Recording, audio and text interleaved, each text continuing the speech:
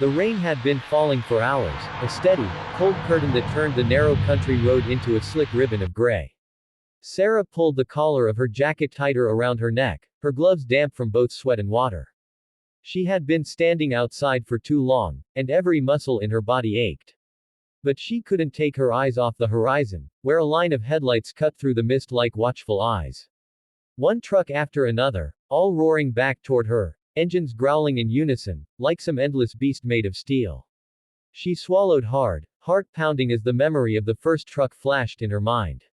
Just last night, she had found it broken down outside the small gas station she ran. A big rig, old but dependable, except for a snapped belt that had left the driver stranded in the rain. Sarah, who had grown up around engines thanks to her late father's repair shop, couldn't walk past someone in need. She had grabbed her tools, crouched under the hood, and worked for over an hour until the engine coughed back to life. The driver, a weary man with deep lines on his face, had been grateful beyond words. He had pressed her hands together and whispered, "Thank you, miss.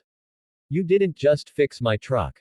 You saved me." She hadn't understood what he meant. Not then. But now, standing on the wet road as truck after truck rolled toward her, she realized that helping that one driver had set something much larger into motion.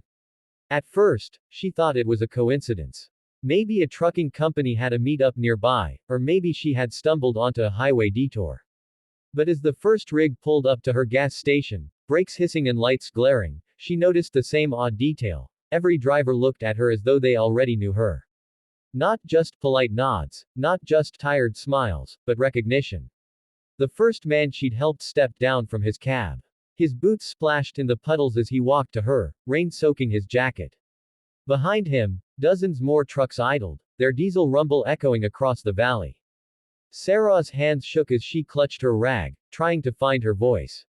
"What's happening?" she asked, her voice thin against the thunder of engines. "Why are you all here?" The man gave her a look that was equal parts reverence and sorrow. "Because you fixed more than a truck, miss.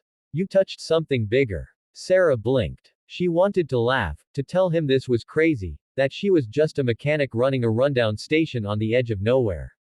But the way the drivers stood in the rain, their faces solemn, their eyes fixed on her like she was the center of something profound, stole the laughter from her throat. "You don't understand," he went on, his voice steady. "We've been driving these roads for years, most of us carrying burdens heavier than the loads in our trailers. Families we can't see. Regrets we can't unload. Loneliness that grows mile by mile. Last night, when you knelt in that rain to fix my truck, you did it without complaint, without asking what you'd get back.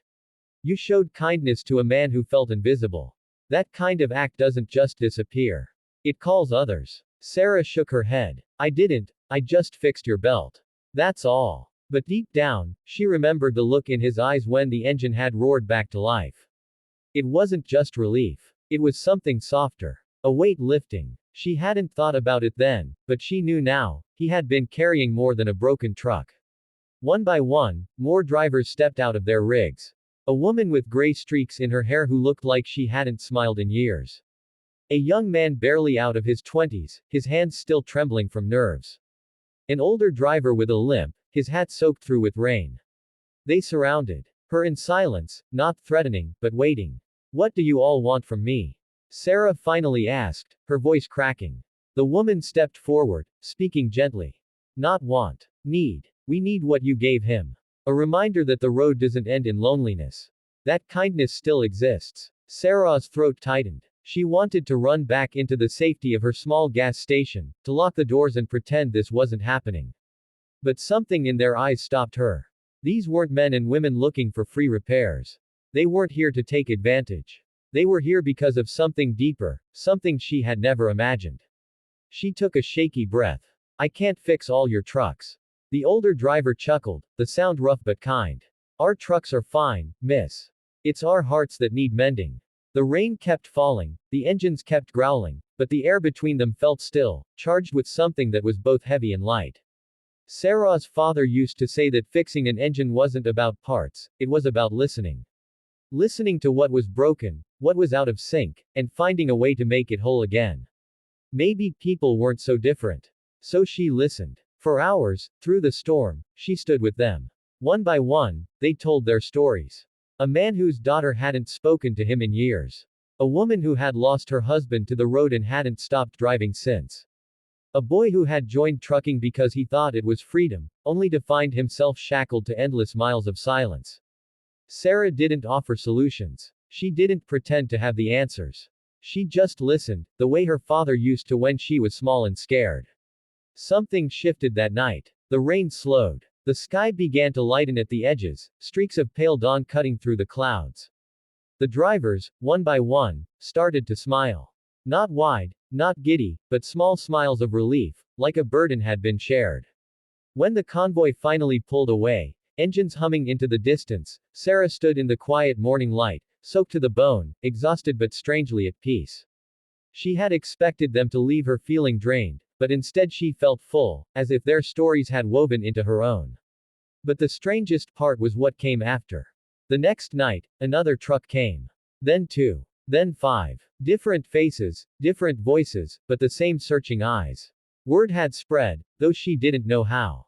Some called it luck, others called it destiny. But to Sarah, it felt like a circle, one act of kindness sparking another, rippling outward until it found its way back to her. Her little gas station became more than a stop on a forgotten road. It became a place where people paused, not just for fuel or repairs, but for something far rarer, connection. And though she often stood there, rag in her hands, heart racing as another line of trucks approached, she no longer felt afraid. Because she understood now. She had fixed one truck. But in doing so, she had reminded an entire road of lost souls that kindness doesn't fade. It multiplies. It comes back. Always.